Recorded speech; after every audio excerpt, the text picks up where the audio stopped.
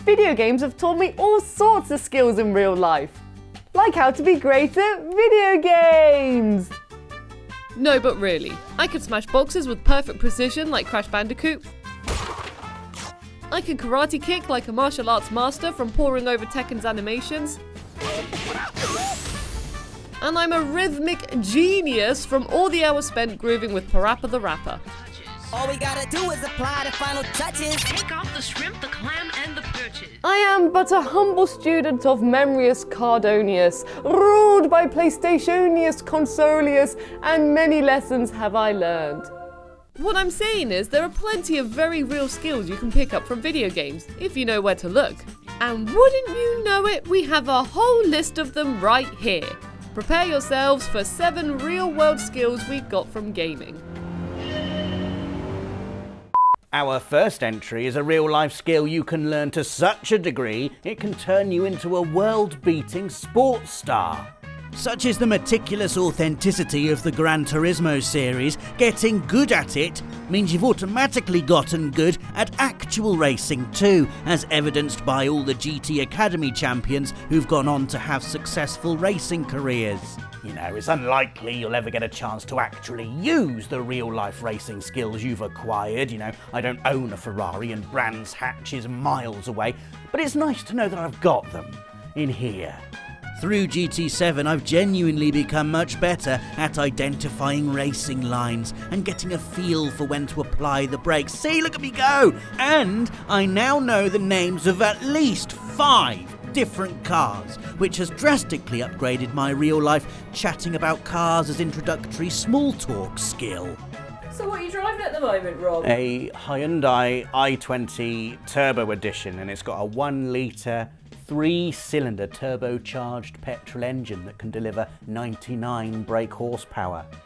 Oh, you sounded really cool just then. Thanks, Gran Turismo 7. It ain't easy being a rock star. You've got to have the look, the attitude, the hair. It's a lot of work. I've spent 3 hours this week painting pentagrams on my toenails alone. And the amount of eyeliner that you get... Dave, aren't you forgetting about the whole music part of being a rock star? Oh, yeah. Yeah, the music. Right, yeah, the music. That goes without saying. Don't worry, fellow rockers-to-be. If the musical part of being a musician is eluding you, then Disharmonious Dave, that's my rock name, I'm working on it, has got your back. While there's no way around learning how to properly backcomb your fringe and lace up leather trousers, there is a fast pass for getting the whole instrument thing down. It doesn't matter which one. As long as it's not bass. Playing Rock Band, Guitar Hero, or perhaps best of all for getting to grips with a real-life instrument, Rocksmith gives you a surprising set of transferable skills for all sorts of rock instruments. You really can learn to play guitar or drums by following a badass visual guide on where to put your fingers and how to create chords. Master your stage look first, pick up the music part second. That's the way I've always done it. Rock on, my dudes! Photo mode is a lovely little treat in most games, or at least I thought so until Martha is Dead asked me to take a beautifully composed picture of a corpse. To be fair though, as much as that sounds morbid, I did get a really great photography lesson out of it. Martha is Dead has a deeply intricate take on the technology of the 1940s, bringing to life a rollercord camera with all the bells and whistles of the time. Chuck a flash on, experiment with different film types and lenses, even set up a tripod and take infrared pictures with long exposures to get yourself some ghostly captures. Is that better than the corpse picture? Is it not technically the same thing? I don't know. All I do know is that I am a dead eye with the viewfinder. Dead. Dead eye. Corpse. Ghosts. The rollercord even has focus, exposure and aperture you can fiddle with to take gorgeous pictures of its haunted landscape, which you can then develop in your very own darkroom using an enlarger and chemical baths. All of the steps of this process are described in tutorial text even if they're not in the streamlined gameplay. It is genuinely a one f-stop shop for learning how to take analog pictures you can apply to an actual rollercord camera. Considering the game also adds in a proper telegraph sequence where you can crack Morse code and tap out your own messages, Martha is Dead feels as much like a 1940s tech lesson as it does a psychological horror. Just maybe don't take any other advice from it. I've been using Spyro to help me practice my Dutch. Maar ik ben nog een beginner. It's not always a specific gameplay mechanic you can learn from in video games. Sometimes using the game options themselves open up a whole new world of learning, like changing the game dialogue to another language to pick up conversations you wouldn't hear as often in real life. Using Spyro as my Dutch teacher has meant I've learned all sorts of new phrases. The only difficult thing is finding uses for them outside of a world inhabited by dragons frozen inside crystal prisons.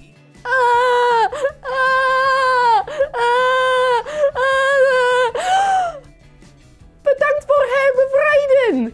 It's a great way to practice without even thinking about it. Training your ear whilst having subtitles to fall back on should you come across something you've never heard of before. Plus, more importantly, I have an excuse to play more Spyro. Wait, I guess you could say I felt trapped by not being able to explain my need to play it all the time, so... Bedankt voor herbevrijden!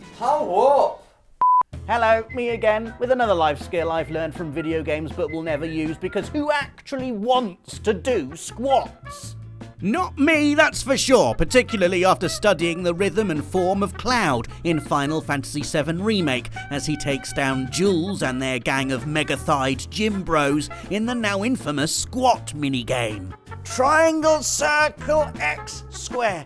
Triangle, circle, X, square. Triangle, circle, X, square. I'm doing it. I am becoming mighty. Yeah! See, I can do squats, and repeating the 4-button input required to win the challenge certainly helps with focus during a workout, as does observing Cloud on screen. It's like a workout DVD, both in that it can teach you how to do the exercise in real life, and in that you'll do it once, be in lots of pain, and then vow never to touch it again. Thank you, Final Fantasy VII Remake. How meta is it to learn how to make a video game by playing a video game? It's gameception. That Inception joke gets even more clever and funny when I call out the name Dreams, huh? The game where literally anything can be anything. That's a very broad description, but it's also a true one. Dreams is a place where you can make your imagination come to life before you, a universe of creativity that celebrates art in all its forms, animation, paintings, movies, and games themselves. Elle once created a Tuesday checklist entirely in Dreams. It's a place of magic. By guiding you through the process of making the intangible creative goop in your brain into cold hard fun, Dreams is a masterclass in making actual video games. Build a world all of your own, full of your own creatures, designed whichever way you like. It's almost hard to describe because it's just so free, and you can use the abilities it teaches to make even more creative magic outside the game. It's like peering behind the curtain and seeing the Matrix, but way less nerdy. Hey! I'm sorry, Rob, but someone needs to tell you you're not doing the whole bullet time thing as well as you think you are. You're not Neo.